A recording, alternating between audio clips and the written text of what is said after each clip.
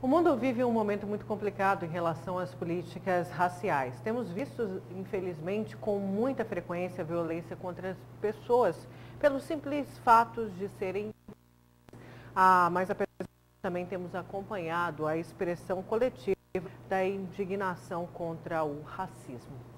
E é para falar sobre esse assunto que está ao vivo aqui no Jornal do Meio-Dia, a fundadora do Instituto de Mulheres Negras, Antonieta Costa. Boa tarde, seja bem-vindo. Boa tarde. Tudo bom? Boa tarde. Estar aqui com vocês. O preconceito, o racismo, a discriminação estão espalhados aí na sociedade. Para a mulher isso deve ser ainda mais difícil, não é, Antonieta? Sim, a gente vive numa sociedade onde o racismo é estrutural. E o racismo, ele se estrutura nisso, né? Então, a gente, quanto mulher, quanto negra, quanto cidadã, como as pessoas dizem, e nós já sabemos, né? Nós somos triplamente discriminadas, né? Por ser mulher, por ser negra e por estar em uma situação financeira sempre desfavorável, porque nós não somos pobres, né? Nós somos muito ricas de muita coisa, mas quando a gente fala economicamente, né? Então, por isso, a gente precisa ainda em 2020 tá falando, tá buscando política pública, tá chamando a atenção do poder público para a inclusão desses povos e principalmente das mulheres. Mas aqui a senhora atribui, né? O Brasil não avançar muito, né? Mesmo fomos um país escravagista, mas parece que de lá para cá mudou a escravidão, mas aquela amarra dos negros continua. A que a senhora atribui isso? Se a gente trouxer aqui para a nossa realidade, Cuiabá, por exemplo, Cuiabá tem espaços que preservam a cultura afro?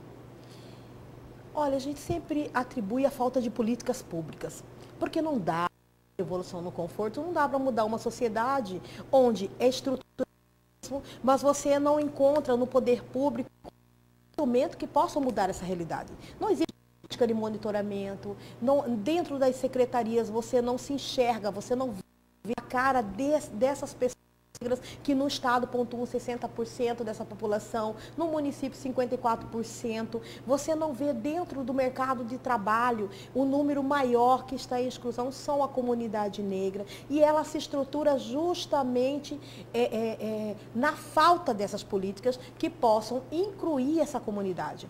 Como que a gente fala incluir essa comunidade? A gente precisa realmente contemplem. Quando você depara com o estado de Mato Grosso de Cuiabá, onde na educação a maioria das pessoas que não atingem o ensino básico são negros, né? A educação básica são negras, onde você depara com a situação do Covid-19, onde a secretaria aponta que 80% foram na comunidade negra, onde você depara com o número de emprego que já era grande antes da pandemia e pós-pandemia, e durante a pandemia ele se ampliou e pós-pandemia deve-se ter um resultado também não muito favorável, você começa a fazer a reflexão. O que está faltando? Falta política pública, falta tirar da invisibilidade esse grupo. E para tirar é necessário que a formação.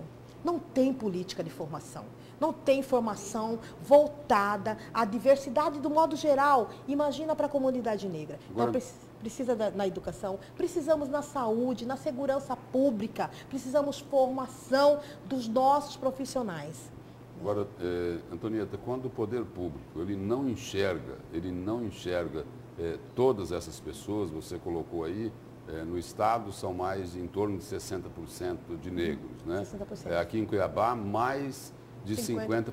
54%. Quando o poder público não enxerga as necessidades, as aflições, né, que a comunidade negra enfrenta, nós podemos entender que isso também é preconceito, né?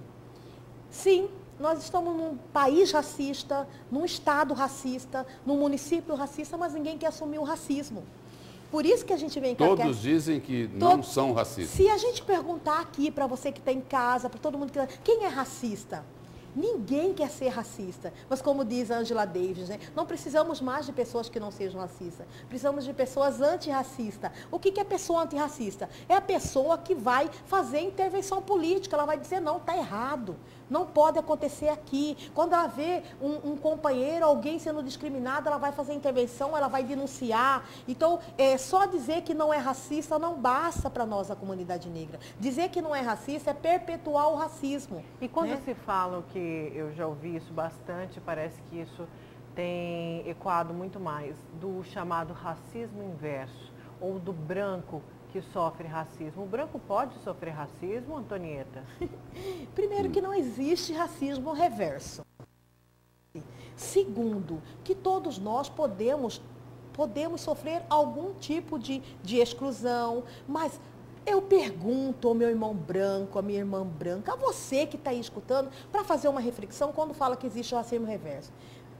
A dor da minha pele, a mesma discriminação de nós negros, quando saímos de manhã cedo, de casa, na periferia, o olhar de toda uma sociedade é igual a um cidadão negro para um cidadão branco, a uma cidadã branca para uma cidadã negra. O meu corpo, o meu cabelo, ele é resistência. Para a maioria da sociedade, esse meu estereótipo, o meu físico, a minha aparência física, ela faz com que a sociedade já reaja. Porque eu tenho que entender que eu estou numa sociedade que é racista e tem uma lei contra o racismo. Nós somos um país que é racista, que tem lei contra o racismo. É crime. E mesmo assim as pessoas cometem esse crime, porque elas acham que o meu aspecto é inferior. A minha aparência, o meu cabelo é ruim, a minha pele escura é feia, eu cheiro só pelo fato de eu ser negra. E isso faz parte do racismo estrutural. Isso faz parte do processo histórico. Para a gente diminuir isso que você está falando, é necessário a gente falar sobre privilégios e branquitude. Porque quando a gente fala de privilégios e branquitude, entender por que não existe racismo reverso. Por que o racismo é direcionado. E por que a população até hoje. Agora, o poder público ele precisaria ser muito mais provocado do que ele é hoje, né? Por exemplo, a minoria é de pessoas negras, não é isso? Sim. Lá no presídio é o contrário. É formada pela população negra. Então, o poder público ele fecha os olhos para isso, mas tinha que ser cobrado de forma mais dura, mais enérgica. Teria e é. Por exemplo, nós estamos numa campanha eleitoral. Esse tema foi, assim, praticamente não entrou na pauta de nenhum candidato.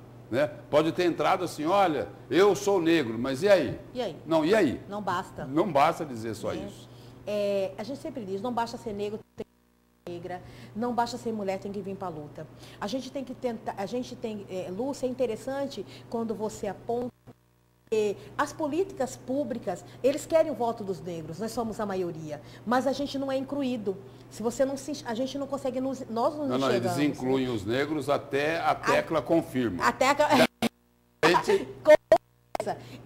mas a gente precisa, e a gente está mudando essa história. A gente precisa de uma fala que chama consciência negra. A gente precisa entender e discutir mais política pública, discutir sistema político.